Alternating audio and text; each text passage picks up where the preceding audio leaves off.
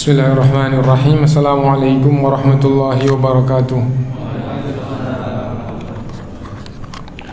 Innal hamdalillah nahmaduhu wa nasta'inuhu wa nastaghfiruh wa na'udzu billahi min shururi anfusina wa sayyiati a'malina. Man yahdihillahu fala mudilla lahu wa man yudlil fala hadiya lahu.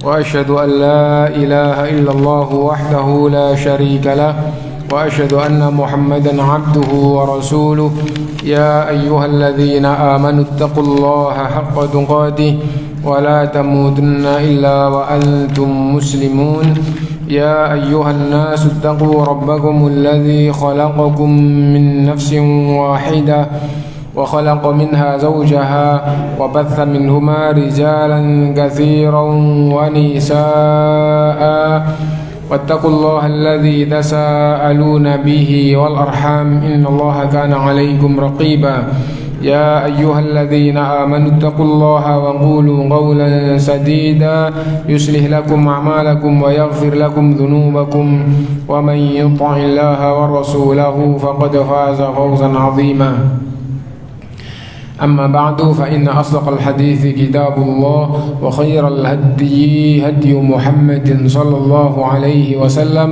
وشر الأمور محدثاتها وكل محدثة بدعة وكل بدعة ضلالة وكل ضلالة في النار. Ma'asyiral muslimin, bapak-bapak, ibu-ibu, saudara-saudari sekalian rahimakumullah. Alhamdulillah kita bisa melanjutkan kajian kita dan kita masih melanjutkan adabul khala, adab-adab, tuntunan-tuntunan yang berkaitan dengan kamar kecil. Yang ke-11, yajibul istinzahu minal baul, wajib bersuci setelah buang air kecil. Setelah buang air kecil, setelah buang air besar wajib bersuci. Fa'ani ibn Abbasin radhiyallahu anhuma, dari Ibnu Abbas radhiyallahu anhuma, anna Nabiya sallallahu alaihi wasallam marra bi qabraini.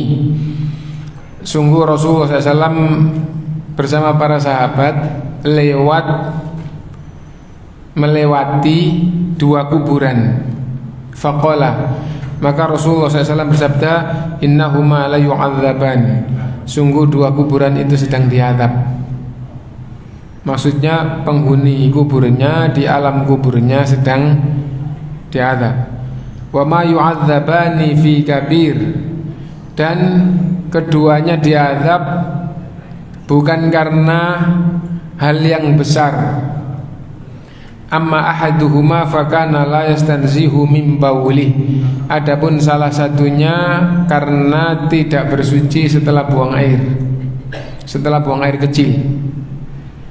Wa ammal akharu fakana yamshi bainan nasi bin namimah, yang satunya sukanya kalau ketemu orang adu domba.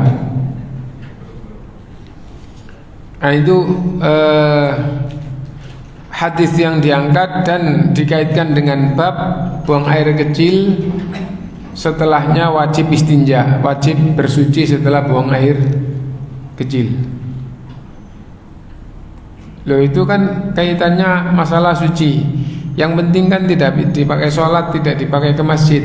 Nah, sesungguhnya bersuci setelah buang air itu sendiri hukumnya adalah wajib. Karena itu orang yang misal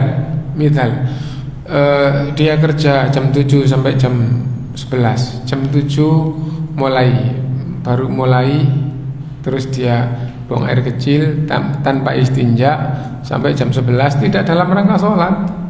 Nah, nanti jam 11 atau menjelang zuhur berhenti mandi misalnya gitu, atau ganti dan sekaligus buang air juga, bersihkan. Sholatnya sah, tapi sesungguhnya jam 7 atau jam 8 buang air kecil tidak istinja itu adalah dosa. Kenapa? Karena syariat menetapkan buang air kecil syariat menetapkan istinja setelah buang air kecil hukumnya adalah wajib, dan meninggalkan yang wajib itu dosa. Nah, karena itu di sini diadab di kuburnya bukan karena sholat tidak suci, tapi diadab disebabkan karena setelah buang air tidak bersuci. Nah itu. Dan ini juga faedah bahwa azab kubur itu ada sebagaimana nikmat kubur itu ada.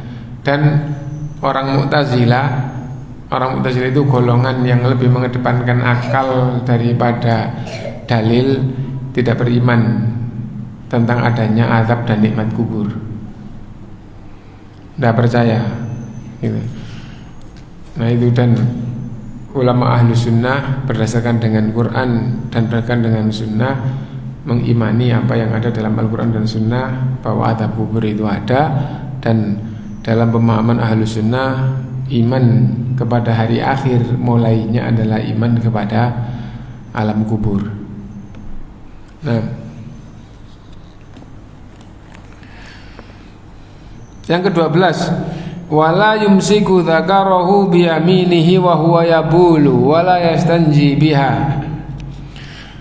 Dan hendaknya tidak memegang dengan tangan kanannya, tidak memegang alat kelaminnya dengan tangan kanannya, dan tidak beristinja dengan tangan kanannya. Adapun memegang dengan tangan kanan ketika buang air dan ketika istinja dengan tangan kanan, itu ulama menjelaskan hukumnya adalah makruh. Gitu. Kenapa? Karena larangannya juga tidak kuat, ya, dan tidak ada dalil apabila memegang dengan tangan kanannya atau istinja dengan tangan kanannya itu diazab. Akhirnya difahami itu di sini gitu. Dan hendaknya tidak memegang dengan tangan kanannya gitu, pada alat kelaminnya tatkala buang air, dan juga tidak beristinja dengan tangan kanannya, difahami ini larangan yang makruh. An Abi Qatadah radhiyallahu anhu qala Rasulullah sallallahu alaihi wasallam, idza bala ahadukum fala yamassa dzakarahu bi yaminihi.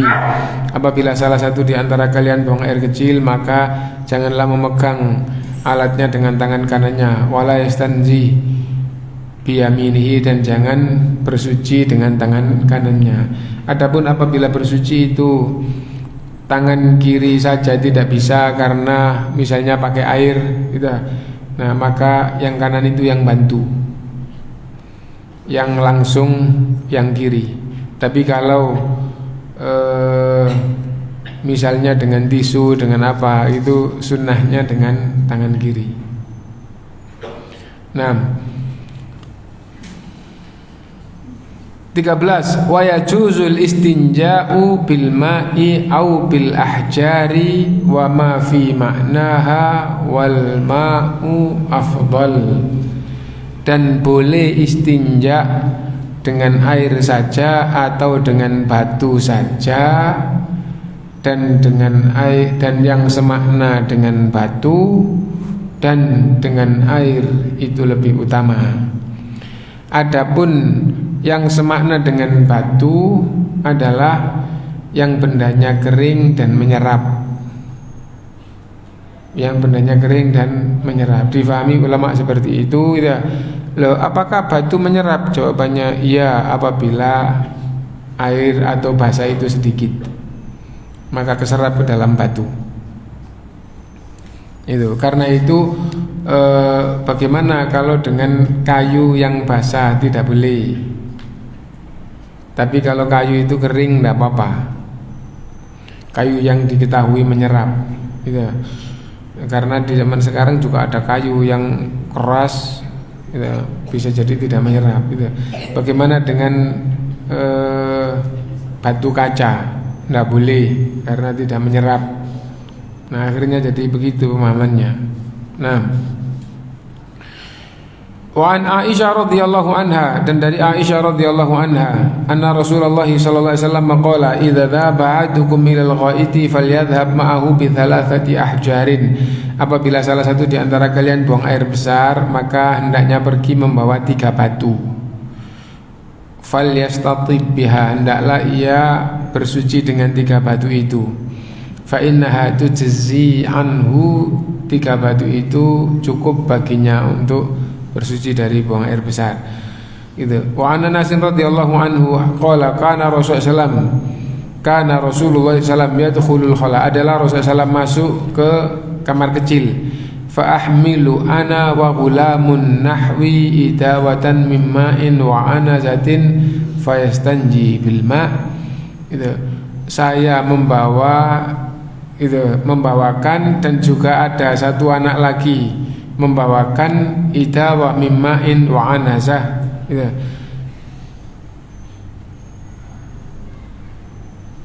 Membawa air dan membawa potongan-potongan kayu. Fayastanji bil ma', Rasulullah SAW bersuci dengan air dan tidak menggunakan potongan-potongan kayu. Wala yajuzul iktisaru ala aqalla min 3 ahjarin, dan tidak dibenarkan istinja dengan batu dan semisalnya kurang dari 3.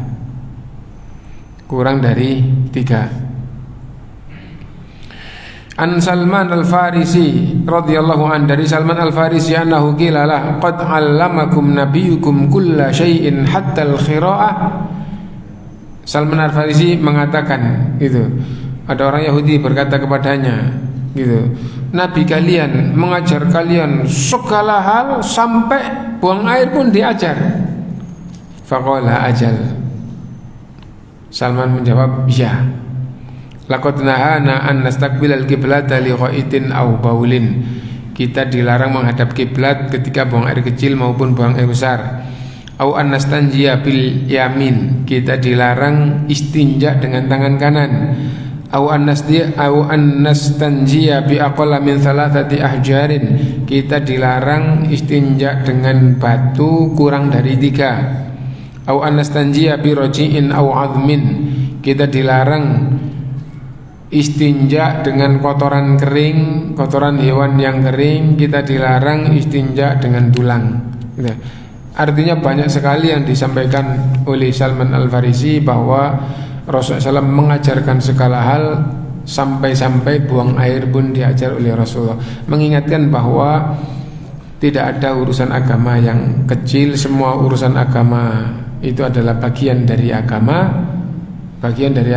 dan tidak boleh meremehkan meskipun difahami manusia kecil, baik dosa maupun pahala.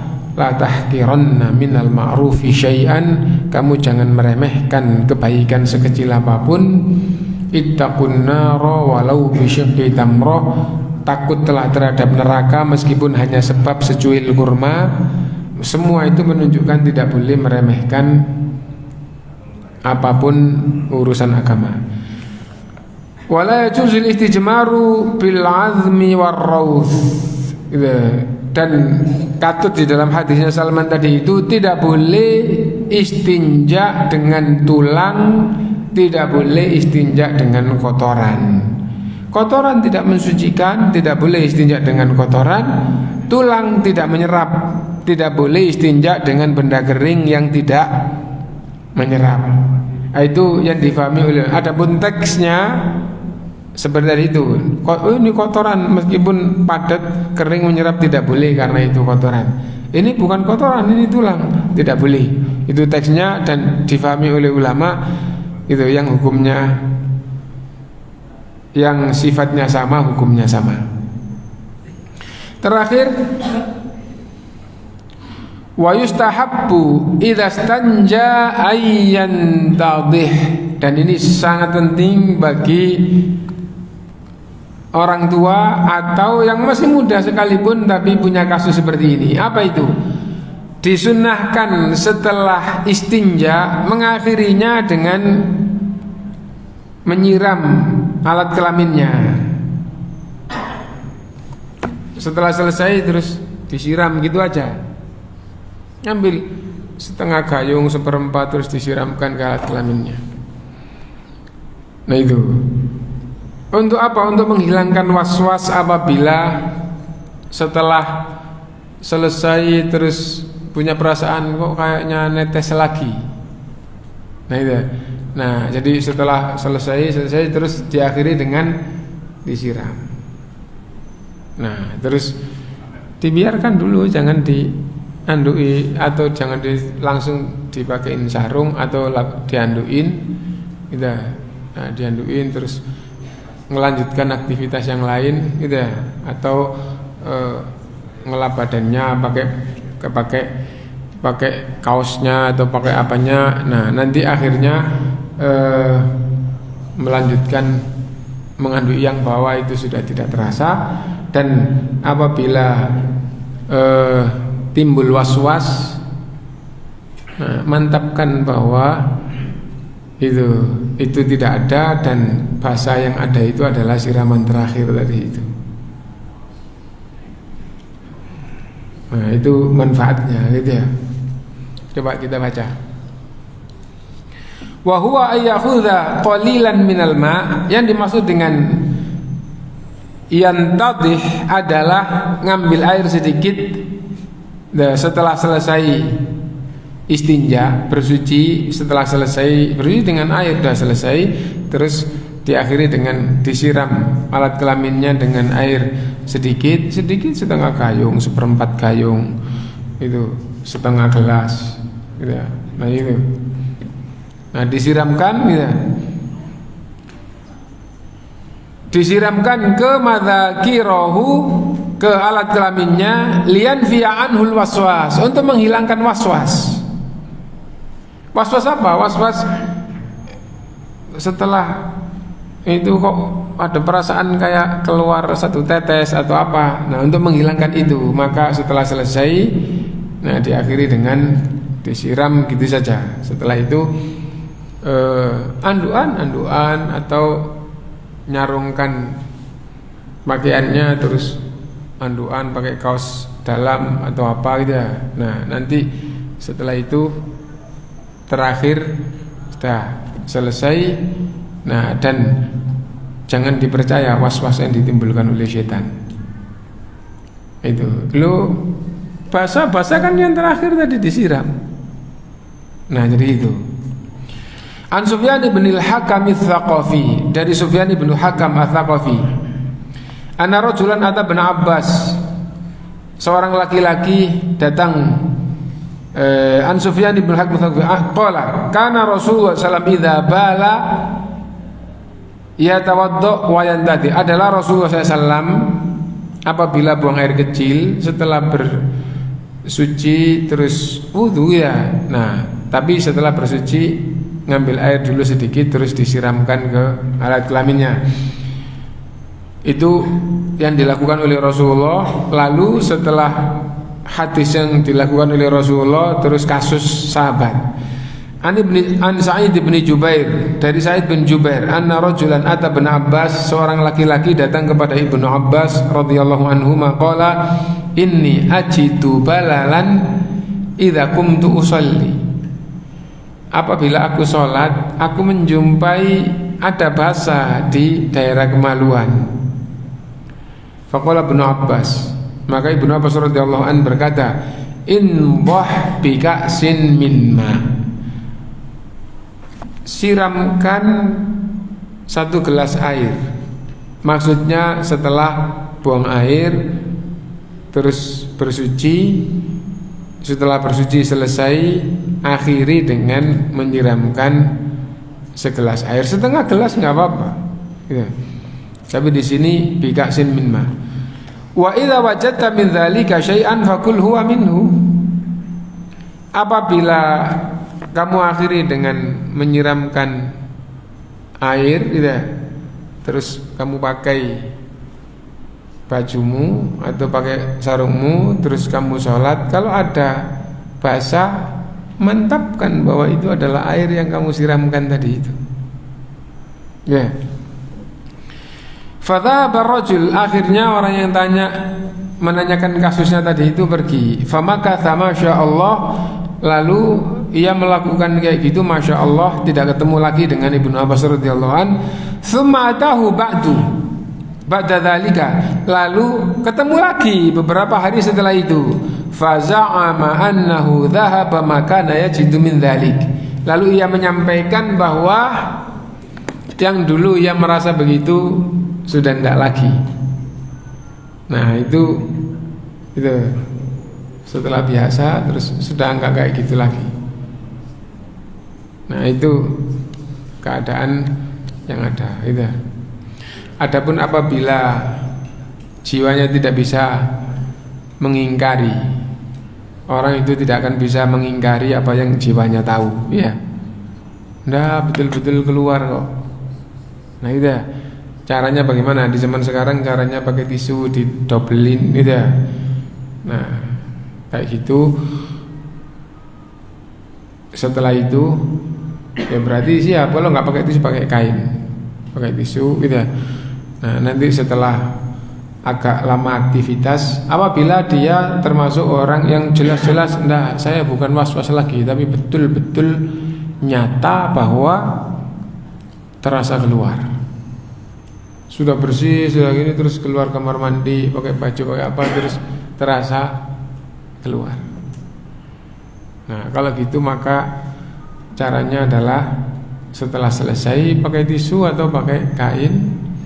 Nah, lalu aktivitas apa sebentar, aktivitas sebentar mungkin keluar kamar mandi, pakai baju, pakai apa. Nah, setelah itu sudah dipakai aktivitas, tidak ada tanda-tanda apa-apa. Kalau mantep tidak ada yang keluar di tisu atau di kain, gitu, langsung wudu dalam keadaan pakai pakaian terus sholat. Nah, apabila terasa maka dibuang dan dilap dengan tisu yang baru, kemudian wudu, kemudian sholat. Nah, dengan begitu insya Allah lama-lama akan menghilangkan keadaan yang tadi itu. Wallahu a'lam. Itu kelanjutan dari bab adabul khala pada pertemuan yang lalu, dan sebentar lagi akan masuk bulan Ramadan, dan ini adalah pertemuan sebelum masuk Ramadan. Dan kita lanjutkan dengan soal jawab, baik bab ini maupun bab Ramadan, tidak apa-apa. Karena Ramadan biasanya taklim setelah maghrib kan libur ya. Pasti libur. Kenapa? Berbuka setelah itu sebentar lagi akan ada tarawih, gitu. Nah, karena itu insya Allah mulai lagi setelah hari raya. Mudah-mudahan tidak ada halangan. Dan barangkali sekarang ada yang mau ditanyakan, baik masalah istinja atau masalah toharoh sebelumnya, atau masalah air, atau masalah apapun yang berkaitan dengan pelajaran kita atau berkaitan dengan Ramadan, mohon dipersilakan. Itu yang dimaksud bersuci itu istinjanya atau berwudu? Istinja, buang air setelah bersuci setelah buang air, maksudnya adalah istinja. Jadi yang menjadi sebab diadab di kubur adalah setelah buang air tidak bersuci, maksudnya istinja, bukan maksudnya berwudu. Jadi misalnya begini, dia habis buang air, setelah itu istinja terus nggak berwudu, dia kan tidak bersuci dari hadas kecil, kan gitu ya. Nah, itu tidak dosa, karena menjaga wudu kalau tidak dalam rangka untuk sholat atau untuk ibadah yang wajib suci, menjaga wudu itu hanya sunnah. Maksudnya hanya di sini hukumnya sunnah, nggak wajib. Nah, lah kalau nggak melakukan sunnah ngapain kok diadab? Nah, itu. Jadi disunnahkan menjaga wudu di dalam segala keadaan. Nah, itu hukumnya adalah sunnah, dan meninggalkan sunnah itu tidak diadab. Nah, karena itu yang dimaksud bersuci setelah buang air, maksudnya bersuci di sini adalah istinja, bersuci dari najis. Harus berwudu apa enggak? Disunahkan berwudu dan tidak wajib. Adapun istinjanya wajib. Ya, pertanyaan yang lain?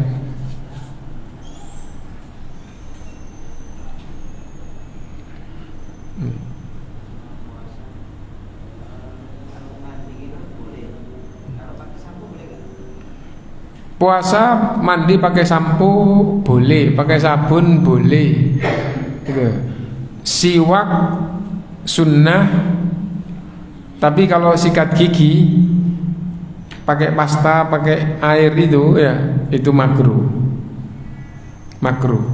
Makruh itu dilarang tapi tidak sampai membatalkan puasa.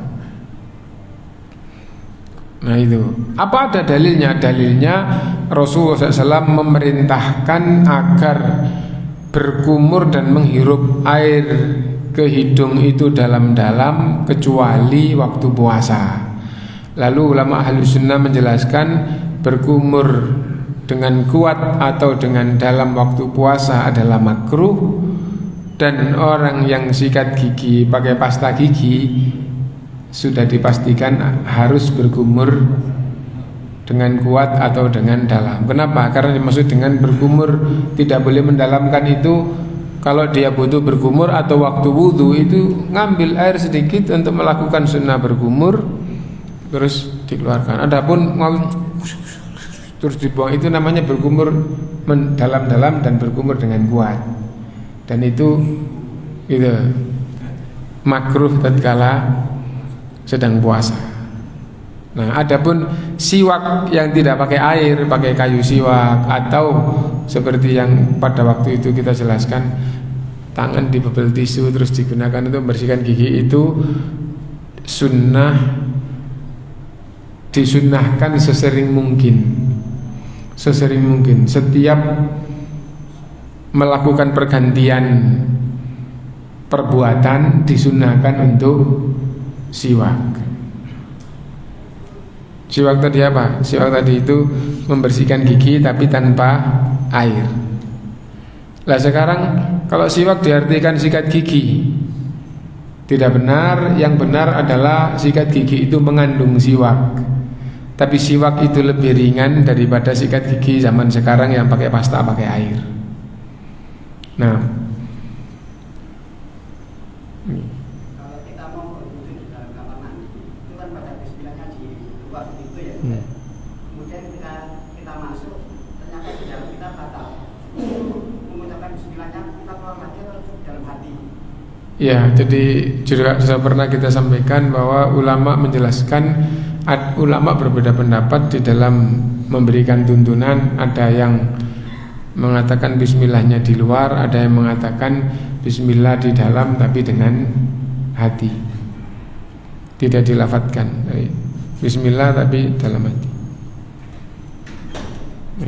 Nah, ada lagi yang lain.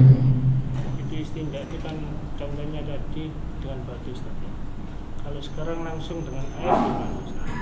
Kalau sekarang langsung dengan, dari zaman Nabi langsung dengan air itu tidak apa-apa. Jadi istinja langsung dengan air itu tidak apa-apa, dan dengan air itu lebih bagus ya. Dan dengan batu saja nggak pakai air boleh. Dan di zaman sekarang yang umum adalah pakai tisu, ya. Dan apabila pakai benda yang kering, ada air, pakai air lagi, insya Allah itu lebih bagus. Dan apabila di zaman sekarang pakai tisu seperti di pesawat dan semisalnya, yang terakhir hendaknya, atau yang sebelum akhir ya, hendaknya tisunya dibasahin. Atau ada tisu basah gitu. Kenapa? Karena ada pengalaman bahwa apabila pakai tisu kering gitu, tisu kering perasaannya sudah bersih, terakhir setelah digunakan dilihat itu bersih, terus dicoba gitu, tisunya itu dibasahin, ternyata tisunya dengan pakai bahasa Jawa mangkak gitu. Mangkak itu ya agak kotor-kotoran, mendekati ke warna kotoran gitu ya. Nah, berarti dengan tisu basah itu akan lebih membersihkan, karena ada pengalaman begitu. Apabila ada air maka hendaknya itu dilakukan.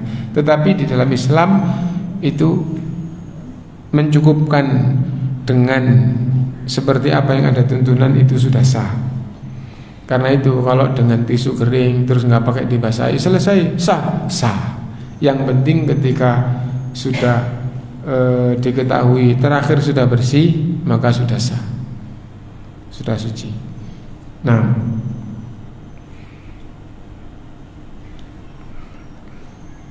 Kalau orang puasa malamnya ndak pakai membaca niat gimana? Kan banyak di masjid-masjid yang membaca nawaitu sauma ghadin an ata'i fardhan, kan itu ya. Nah kalau nggak baca itu gimana? Nggak apa-apa ya? Kenapa nggak apa-apa? Kalau nggak sahur, intinya niat itu bukan yang dibaca, niat itu adalah yang di dalam hati. Ya. Karena itu siapa yang berpemahaman bahwa besok itu Ramadan dan dia sebagai orang Islam yang taat menjalankan puasa, oh besok Ramadan, berarti dalam lubuk hati besok puasa, sesungguhnya itu adalah niat. Adapun contoh itu ya, orang yang misalnya tengah malam terus nyiapkan nasi di meja dekat kasurnya, nyiapkan air. Kenapa nyiapkan nih? Dalam pikirannya adalah untuk sahur, gitu. Terus tidur kebablas sampai bangun-bangun sudah subuh, nggak jadi sahur. Sesungguhnya dia sudah niat puasa dan menyiapkan nasi sama air untuk sahur itu sesungguhnya menunjukkan makna dia sudah punya niat puasa. Adapun yang dilafadzkan oleh lisan itu bukan niat. Niat itu artinya adalah kesengajaan berbuat. Kesengajaan berbuat itu disebut dengan niat. Nah itu, dan ada dalam hati ada, oh besok mau puasa. Nah itu berarti sudah ada niat.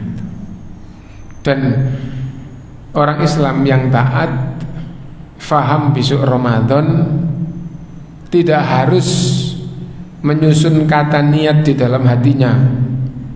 Seandainya dilafazkan besok puasa, tidak harus ada susunan gitu di dalam hatinya, gitu ya. Nah kenapa? Karena kalau orang Islam itu taat dan faham bahwa besok Ramadan dan dia tidak memunculkan untuk tidak puasa, maka di dalam dirinya ada niat puasa. Adapun orang yang di dalam hatinya atau dia punya rencana yang berkaitan dengan tidak puasa, misalnya Ramadan, wah besok safar ke Jakarta atau ke luar Jawa dari Surabaya, puasa enggak ya? Nah muncul kayak gitu, dengan safar puasa enggak ya, berarti besok belum ada niat. Nah kenapa? Karena dia masih antara puasa atau enggak.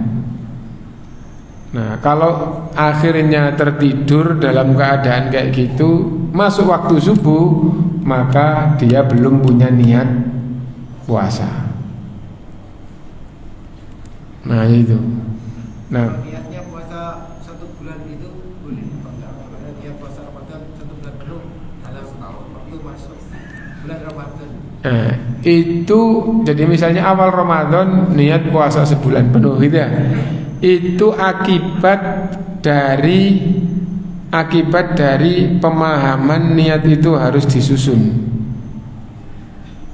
Harus disusun meskipun dalam hati besok puasa. Nah, akibat dari orang yang kayak gini akhirnya muncul pemahaman niat puasa selama sebulan. Nah itu, seandainya orang itu tidak berpikir kayak gitu, niat itu apa? Niat itu adalah kesengajaan, faham, terus besok kayak gini atau saya melakukan begini. Nah itu, maka tidak ada pembahasan niat selama sebulan. Orang Islam tahu bulan Ramadan, tidak ada alasan untuk tidak puasa, hati pasti akan puasa. Kenapa? Karena orang itu taat beribadah kepada Allah. Nah, orang Islam yang tidak ada halangan puasa, yang nggak ada halangan puasa, yang tidak puasa Orang Islam yang taat tidak ada halangan puasa. Yang nggak punya niat puasa itu karena tidak tahu atau menghadirkan tidak puasa karena ada halangan. Misal orang yang taat ya, terus besok Ramadan, loh nggak punya niat puasa karena nggak ngerti kalau sudah masuk Ramadan, karena nggak tahu, akhirnya tidak ada niat. Itu satu. Atau memunculkan niat tidak puasa. Kenapa? Karena ya mungkin safar tadi itu. Wah, saya harus minum obat dari dokter gini, periksa malam, besok puasa enggak ya? Nah, bisa gitu ya. Nah, itu akhirnya tidak ada niat puasa. Harus betul-betul dikuatkan, saya besok puasa meskipun waktu sahur minum obat, siangnya enggak minum, diminum baru nanti berbuka. Nah, itu dikuatkan. Nah, itu yang berkaitan dengan niat gitu. Dan sahur sekarang, sahur itu ibadah. Sahur itu ibadah. Dan yang dimaksud dengan sahur adalah yang dikonsumsi menjelang subuh atau yang dikonsumsi akhir malam sebelum subuh. Nah, itu yang dimaksud dengan sahur, baik makanan maupun minuman. Adapun orang yang tidak paham tentang sahur, maka orang itu tidak mendapatkan pahala sahur. Kalau tidak paham tentang sahur, gitu ya. Nah, sahur itu ibadah. Nah, dan innamal a'malu binniyat. Nah, karena itu kita harus paham bahwa sahur ini ibadah dan sebelum subuh hendaknya kita melakukan. Yang kedua, sahur itu bisa air tok, bisa berupa makanan saja, bisa dua-duanya. Dua-duanya gitu. Sahur itu bisa sedikit, bisa banyak. Nah, adapun orang yang pemahamannya sahur itu adalah makan besar dalam bahasa kita, makan besar ya makan nasi satu piring gitu ya. Nah, itu. Nah, itu salah di dalam pemahaman, sehingga apabila dia tidak kayak gitu, tidak berpemahaman sahur, maka dia tidak mendapatkan pahala kalau tidak makan sepiring. Contohnya bagaimana? Contohnya begini, kalau dia dibangunkan sahur tapi masih kenyang, terus tidak sahur, minum susu saja, berarti minum susu ini bukan sahur. Kenapa? Pemahaman dia tidak sahur, minum susu saja. Sedangkan di dalam agama innamal a'malu binniyat. Bahkan ada lemper, ada susu, nasi juga ada, tidak sahur, lemper saja sama susu. Berarti makan lemper sama susu itu tidak sahur. Padahal ibadah itu innamal a'malu binniyat. Karena itu kita harus paham, itu sahur itu bisa air tok, bisa makan tok, bisa dua-duanya, sedikit maupun banyak, itu juga sahur. Karena itu tidak nafsu makan, tidak nafsu minum, lakukan seteguk air, sudah selesai dengan niat sahur. Rasulullah SAW bersabda, tasahharu walau bijur'ati ma. Sahurlah meskipun seteguk air. Sahurlah meskipun hanya seteguk air. Tasahharu fa inna fis sahuri barakah. Sahurlah, sesungguhnya di dalam sahur itu mengandung barokah. Dan barokah itu apa? Barokah itu apa? Al barakatu al khairul katsirul mustamir. Barokah itu kebaikan yang banyak dan berlanjut atau tidak terputus. Sahurlah, sesungguhnya dalam sahur itu barokah. Barokah itu adalah kebaikan itu. Nah, Al-Quran itu disifati kitabun mubarak, kitab yang diberi. Kenapa? Karena kebaikan, mengandung kebaikan yang sangat banyak dan tidak terputus. Nah, itu yang berkaitan dengan sahur. Sahurnya malam, karena nanti bangunnya pas azan subuh itu gimana? Sahurnya malam, kalau sepertiga malam tidak apa-apa. Adapun apabila tidak sepertiga malam, itu tidak disebut sahur. Kita Sahur jam 12, jam 12 bukan sahur. Nah, jadi itu. Nah, yang dimaksud sholat berjamaah itu jaraknya berapa? Dulu Muimatun itu kan berdasarkan adzan pakai suara. Kamu dengar, berarti kamu udah datang. Sekarang kalau rumahnya jauh, sekarang speaker juga jauh, jangkauannya jauh. Itu radiusnya berapa untuk berjamaah?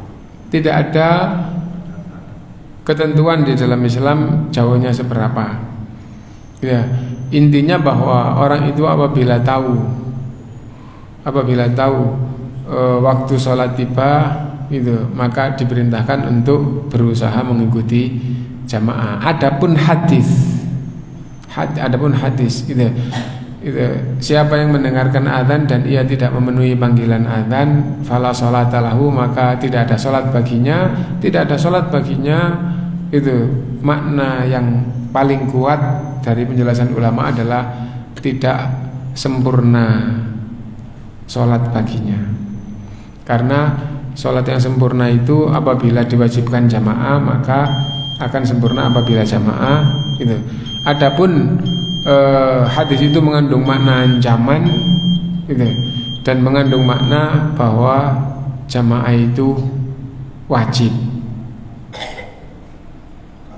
Kalau jauh dan tidak terdengar adzan, apa boleh kita berjamaah dengan istri anak? Jauh nggak dengar adzan, maksudnya jauh sekali, adzan nggak terdengar. Apa boleh? Jadi wallah alam, insyaallah tidak apa-apa. Meskipun begitu, apabila dia berusaha tetap lebih bagus.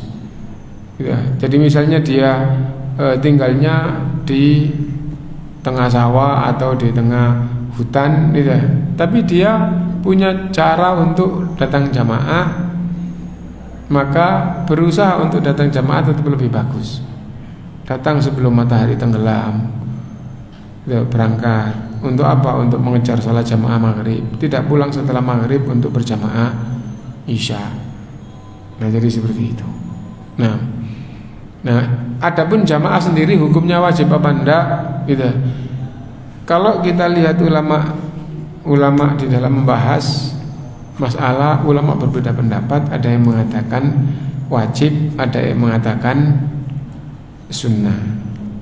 Adapun yang mengatakan sunnah, karena dalil yang ada itu membandingkan antara jamaah dengan sholat sunnah. Sholatul jamaati tafdhulu min sholatil fardhi atau fardhi bisa bangin wa isyrina daraja atau bi khamsin wa isyrina daraja. Sholat jamaah itu lebih utama dibandingkan dengan sholat sendirian 27 derajat. Nah, dan pemahaman dasar apabila ada dua ibadah itu dibandingkan menunjukkan bahwa yang lebih utama itu adalah sunnah. Ini ibadah, ini juga ibadah, ini lebih baik daripada itu. Nah, jadi itu. Nah, akhirnya ada pendapat ulama yang mengatakan, mazhab Syafi'i mengatakan bahwa jamaah itu sunnah. Nah, yang mengatakan wajib itu karena ada ancaman-ancaman yang meninggalkan jamaah, padahal meninggalkan sunnah itu tidak diancam. Gitu ya. Meninggalkan sunnah itu tidak diancam. Kenapa? Kok diancam kalau tidak jamaah? Seandainya sunnah, meninggalkan sunnah itu tidak diancam. Nah, itu contohnya seperti apa? Contohnya Rasulullah SAW itu mau membakar rumah orang yang tidak jamaah. Tapi itu bukan mau berbuat rumah mau dibakar itu, enggak. Tapi laqad hamamtu, sungguh aku sampai pada tingkatan punya keinginan. Apa keinginannya? Itu agar ada yang menjadi imam dan waktu sholat aku itu. Nggak ada dalil itu rumahnya dekat. Maksudnya itu tidak menunjukkan rumah dekat atau rumah jauh di hadis itu. Gitu. Tapi aku mencari rumah yang apabila ada orang tidak jamak Abu Bakar rumahnya. Dan di zaman Nabi rumah itu tidak dekat. Di zaman Nabi rumah di sini beberapa rumah, 5 rumah, 10 rumah, ada rumah lagi di seberang sana jauh di sana. Di zaman Nabi kayak gitu. Karena itu kita jangan berpemahaman rumah di zaman Nabi seperti sekarang. Dan di setiap daerah, setiap kampung beberapa rumah tadi itu banyak yang punya musola, disebut dengan Masjidul Hayy, masjid kampung gitu. Yang di zaman kita itu adalah musola. Itu. Nah, adapun jamaah bersama Rasulullah SAW itu keutamaan yang sangat besar. Nah itu. Nah, ada lagi yang lain.